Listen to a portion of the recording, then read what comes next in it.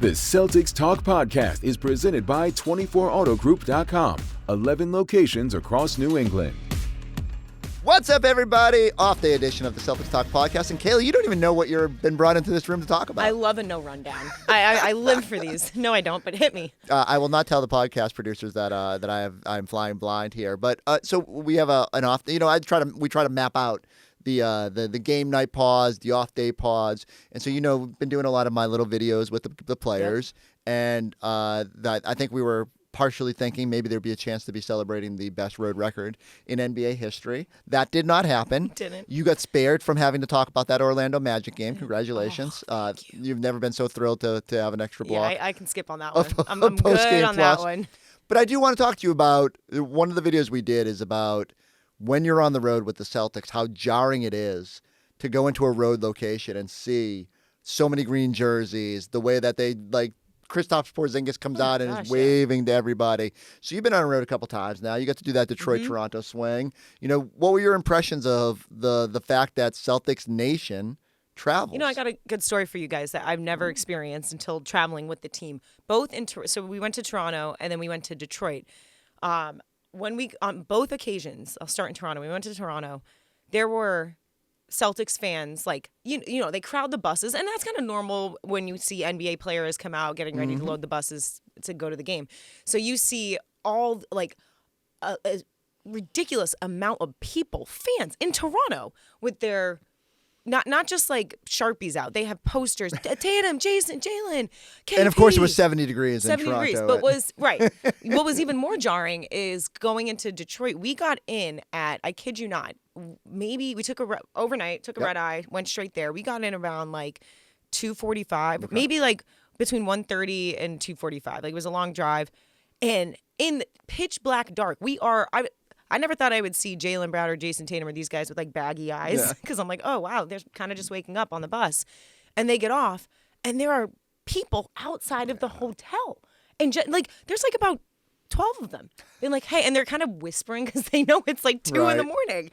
And they're like, hey, Jaylen, big fan. And these guys are knocked out. They're exhausted. But to see how many supporters there are all around the country. And then, yes, Abby talks about it each time and she's not lying. She's there and she's and I'm seeing tweets. Look, guys, there's so many Celtics fans. There's a lot of green. Even in Charlotte, there was more green when there was that whole Grant Williams and Jayson Tatum debacle in those back-to-back games. There was a lot of booing against Grant Williams and the Charlotte Hornets because of how many Celtics fans there were. It blows my mind. And look, in the playoffs, it's a little bit different. The home teams tend to snatch up all the tickets. Yeah. It gets a little bit more difficult for Celtics fans to get in there. But I always marvel when I go to a regular season game. Let's say it's a Monday night in Charlotte. You might get not only a lot of green, but a lot of people in Duke Tatum jerseys. And, everyone comes out to support this team. And every night it feels like it's the same situation where the doors open, and especially at TD Garden, and all these green-clad people run in the building. They pile up on the tunnel where the Celtics are going to walk out. They cheer for every guy that comes out. It's so funny to watch the jerseys. There's a mix of Bird era. There's a mix of Paul Pierce and KG. There's people with the tape over the Kyrie jerseys for Pritchard. Yeah. There's some Robert Williams jerseys in there. And there you go. Shout out to my people. There actually was a Baylor Shireman jersey Whoa! recently. It was Mark who tweeted it out, being a Baylor Shireman jersey spotted the other home game. When we were at the Garden the other night, a wonderful young lady came up to me, and she was wearing a Luke Cornett jersey, and I said, Luke, that's your guy. Are you related? Because I'm not trying to knock my guy, but not a lot of little old ladies are wearing Luke Cornett jerseys. I thought she was a middle old lady. I was trying to be polite. Yeah, I love that. I thought it was a little girl. It was no. It was an older lady. Makes it so much better. And I think she said she lives near some people that knew Luke, so that she was hopeful that she could eventually get his autograph. So he's emotionally available for everybody. Emotionally available, physically available to sign jerseys. It is not a surprise that people love Luke Cornett because of the levity that he brings. But I do love, Kristaps comes out, and Eddie loves to talk about it. He, calls him the people's champion because he's just so revered everywhere he goes. And he walks out, and he's sipping his little espresso before games and waving to the people. And they follow the Celtics everywhere. And one of the stories that I think is really telling is both in Atlanta and here in Boston, back in 2016 playoffs. So this is like Isaiah Thomas is elevating to like new heights as pretty much the focal point of the Celtics. Jay Crowder, Kelly Olynyk, like this spunky young Celtics team, and Al Horford's playing against this team, and it's like, wow, like they're really going to be something. But he's also blown away at that, especially at the Garden, at the way the fans are cheering this team, even though the Celtics are about to lose this series to the Hawks in 6 games. And Al ends up signing with Boston that offseason and says it was the reverence of the fans, the way they traveled to Atlanta, the way that they showed out in Boston and supported this team even though they were losing the playoff series, chanting "Let's go Celtics" to the finish line, that made him want to be here. And they all say that they don't take it for granted. It's not like this everywhere. It's very rarely flipped. Yep. I always say, like, if you go to the Garden, you'll sometimes get, when the Lakers are in town, like the Lakers fans will invade. There's usually a couple pockets of Lakers fans. Knicks sometimes. Yep. But like otherwise, you might get a stray jersey or two, but you're not getting, MVP chance for SGA or anything like that. It's all very, very Celtics heavy. And so I laugh when this team goes on the road and, our producers doing the game, they don't have to look hard, and directors don't have to look hard for get a Celtics guy. Yeah, to get some Celtics, because there's always somebody.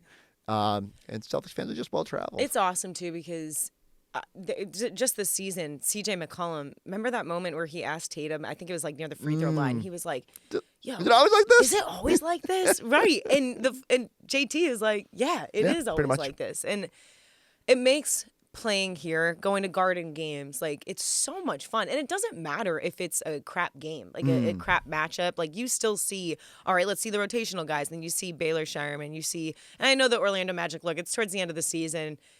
This was a resting game for those 6. But when it's at the Garden, like you've seen maybe the Jays rest a couple of times, only a couple of times where they've rested together.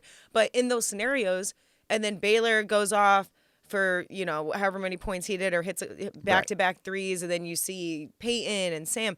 And the Garden is shaking. And it's like, let's go. Like it's such a testament to this city and how badly we want to run it back-to-back. 100%. All right, so as part of my little interviews with the players, I got a chance to sit down with Al, Joe, KP, JB, and ask them what it's like to hear all the Let's Go Celtics chants on the road. Here's what they had to say. What's it like when you're in an opposing city and you see all those Celtics fans? That to me is what it's all about. It shows that you're you're a part of something bigger than yourself, but it also comes with an expectation. You hear those chants in opposing arenas. And a Let's Go Celtics chant here at Ball Arena. Here in Madison Square Garden, a chorus of Let's Go Celtics cascading down from the sellout crowd.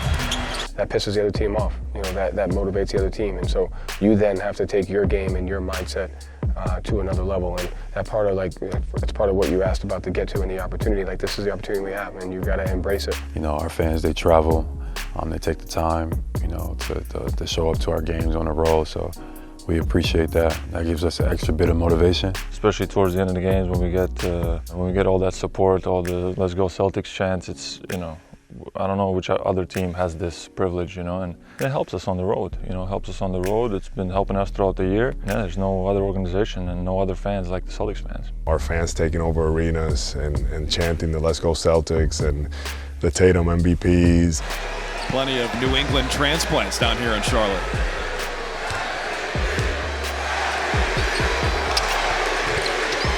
I don't take it for granted, and I know that not all teams get that. Joe always talks about it comes to responsibility, from us, and we know that we represent, a lot here. All right, Kayla, Celtics are going to have to be good. Now, they did set the franchise record for wins on the road this season. Again, fell a little shy of the NBA mark and matching the Warriors, but that's okay. They've got bigger goals. And that goal, of course, is to win an NBA title. I'm not saying I'm fast forwarding through the Charlotte games, but just 10,000-foot view. How are you feeling about where the Celtics are as we start to think ahead to the playoffs, to a potential first-round series with, let's say, the Orlando Magic or whoever emerges from that playing game? How are you feeling about the state of the Celtics a week or so before we start to really launch. I feel very solid. I feel very solid about where this team is at. Look, if the problem is for the Celtics to play a crap team or not as great of a team, whatever you want to call them, 16 wins on the season in Charlotte or here against Charlotte, we're in a good situation. You Boston fans are in a great situation if that's the case, if it's going to be quote-unquote boring the next couple of games. I will say having Jaylen Brown rest against Orlando was key. I really was happy to see him rest. Maybe, I don't know. I don't want to say happy because maybe. What do you think it was? Do you think it was KP's comments? Do you think it's just like the training staff was just. I don't know if they're telling him any which way. I think Jaylen Brown is such a powerful individual that I don't think he's influenced by anyone. He'll listen to his teammates, but I don't think he's like influenced by anyone. I think he should and most likely does listen to his trainers, but he's listening to his body and maybe saying like, look, they need me. This team needs me. I need me for tough night in New York, playoffs. long flight, late night getting in. It doesn't add up to like an advantageous situation to throw him out there. And we'd rather have him round one.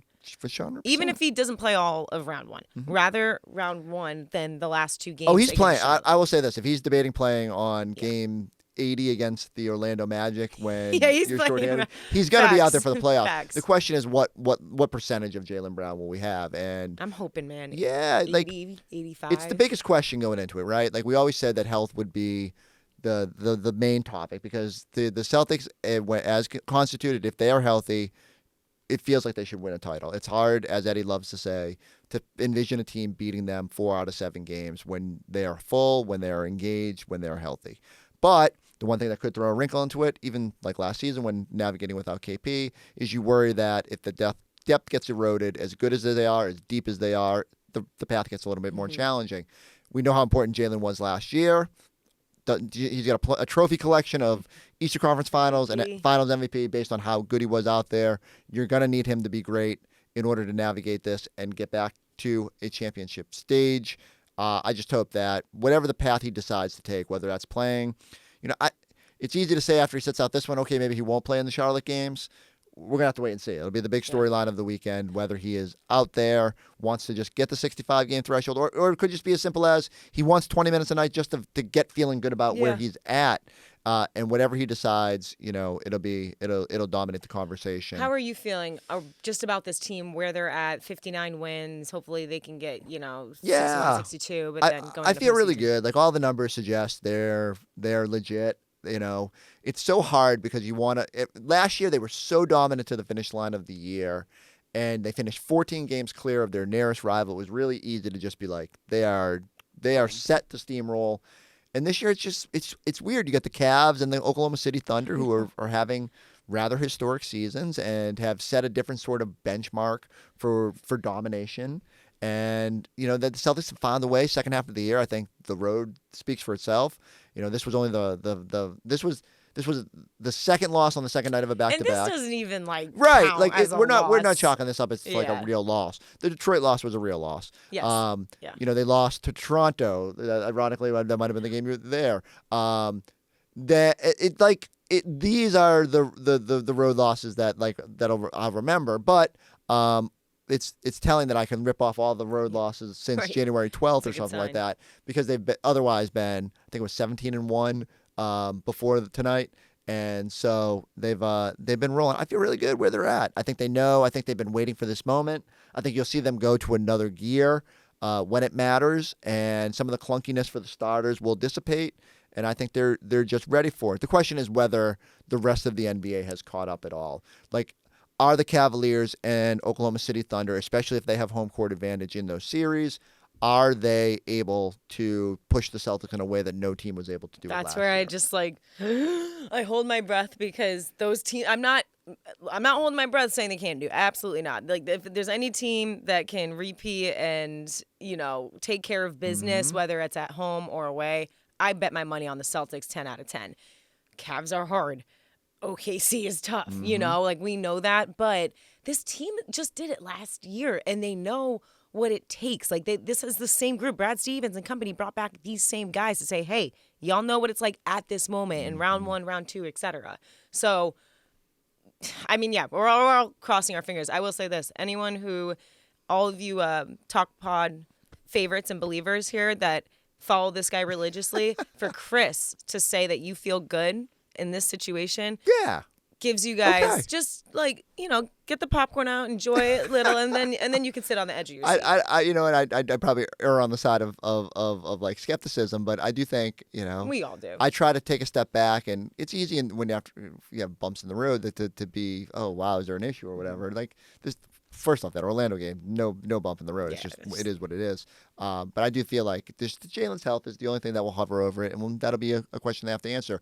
You did perfectly steer me to the next part, though. It's been interesting because the Cavs and Oklahoma City Thunder, all these teams felt like they made moves to try to get better and try to take away what the Celtics do well. So when I sat down with Brad Stevens, I asked him, do you feel like teams specifically made moves to game plan against you, and what gave him the confidence to stay put with the roster? Here's what he said.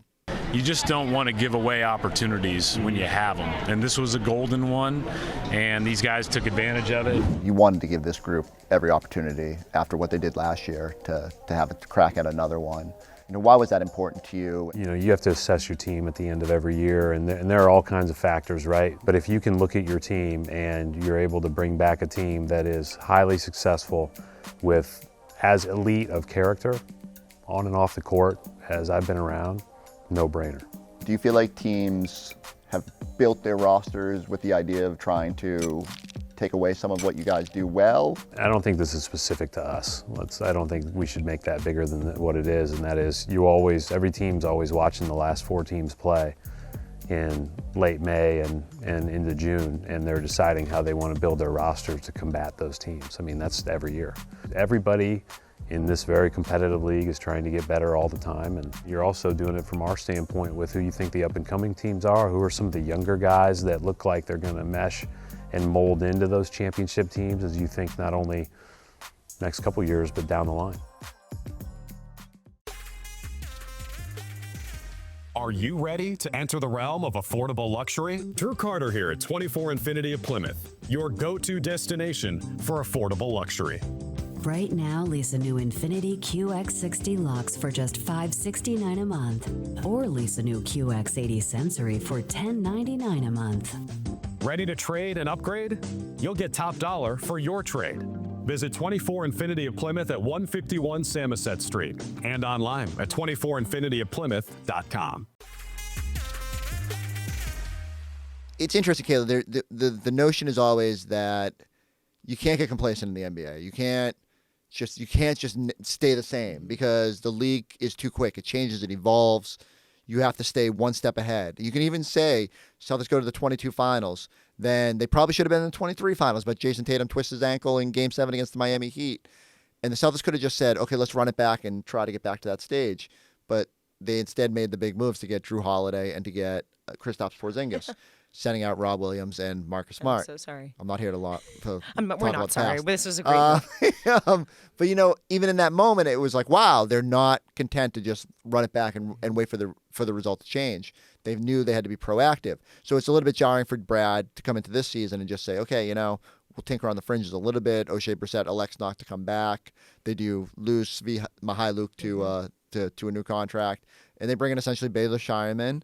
And Torrey Craig was an in-season addition. But besides that, like Jaden Springer going out, and there really hasn't been another shoe to drop there. And that's good. I know. I say good because I'm just watching. Like, I'm watching the bench, even with the top 6 out against Orlando. The bench is getting up. Torrey Craig playing in the minutes that he got here tonight, but mostly, look, he's going to probably be on the bench come this postseason. But his energy, the way he gets up for these guys and gets his guys go, they need that. Every role, every part matters. I used to hate when I was in college when my coach would say, be a star in your role. And that sounds terrible that I hated that. Because I'm like, no, I don't want my role to be this if you're on the bench or if you're this, But when you're mature enough like these guys are and you really buy into that, if you buy into that strategy and that recipe, you get an unselfish team. Do you wish you could go back and tell young Kayla to be a little bit more? I wish I could go back and say, hey, Kayla, lose the attitude. But that's only natural, right?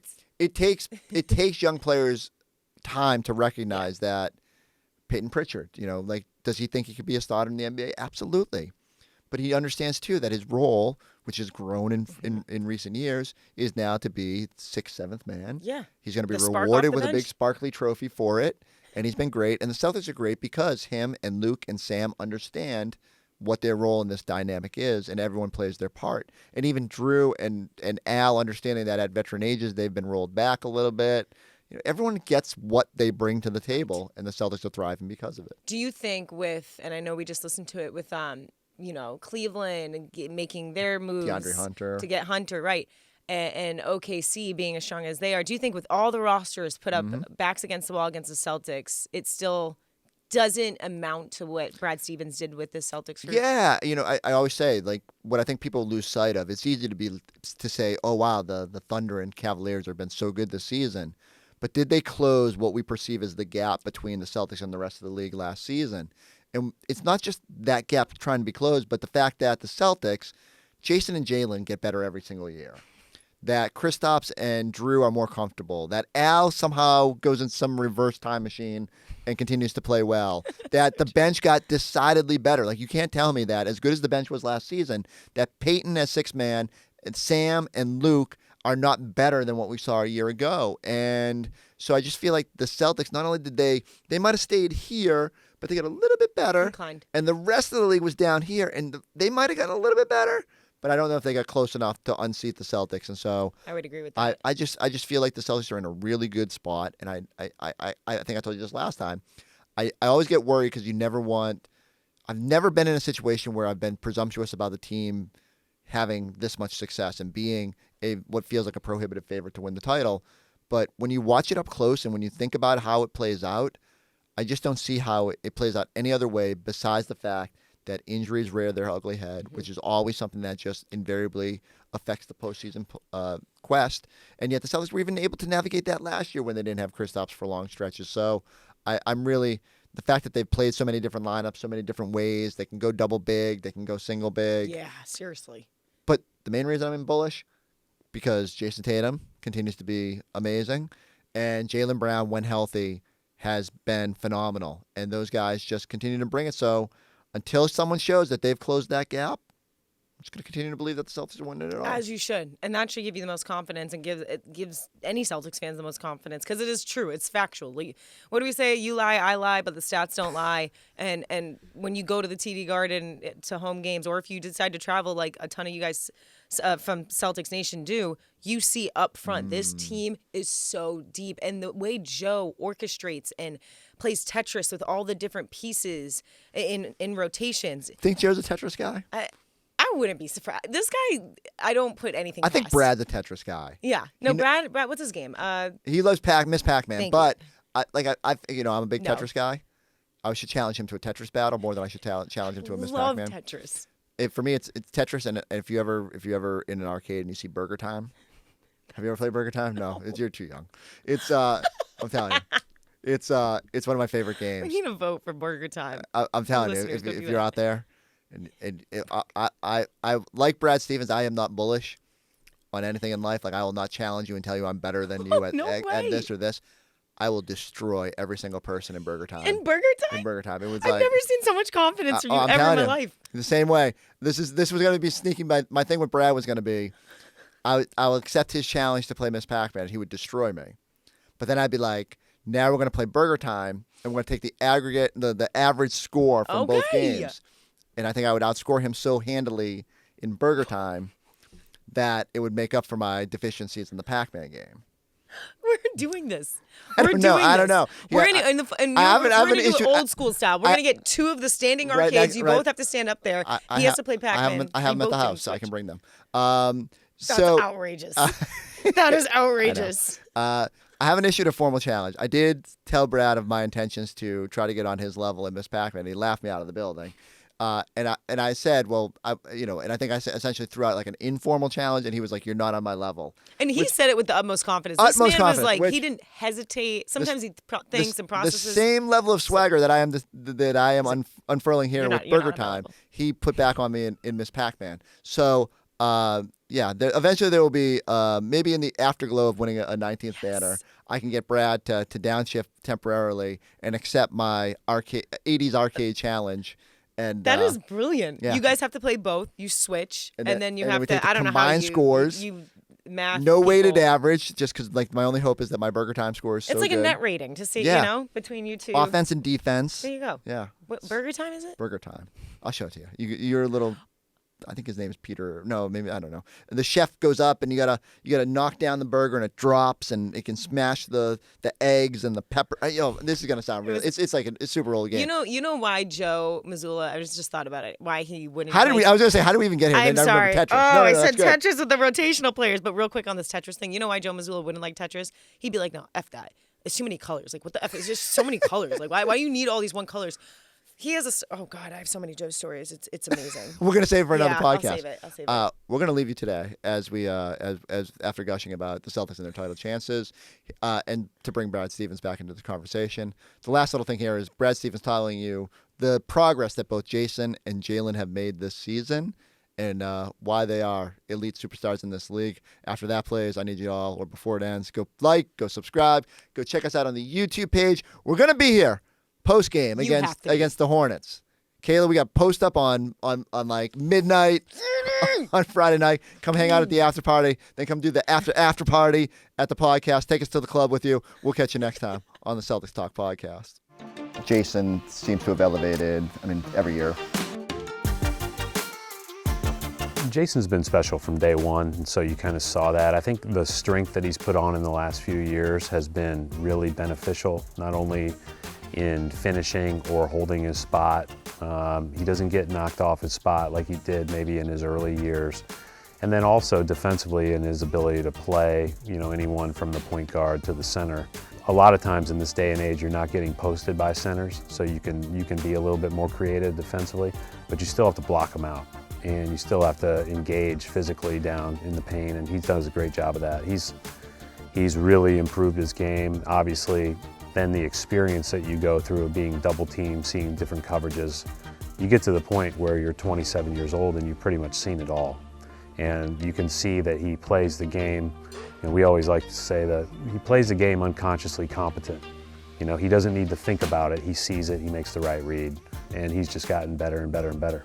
What about Jaylen? Yeah, he's had great growth all the way through. And I think, again, I go back to if you would have told me his first year that he would have been guarding the point guard in the finals, picking up full and being able to navigate and handle all those screens and everything else, I'd say that he's capable of doing that. But there's a lot that goes into that. And those are things that you gain from experience too. And then offensively, you just continue to see the growth. And the ability to, again, when those guys draw too, to just make the right play is such a critical part of the game, and it's not as easy as everybody makes it out to be.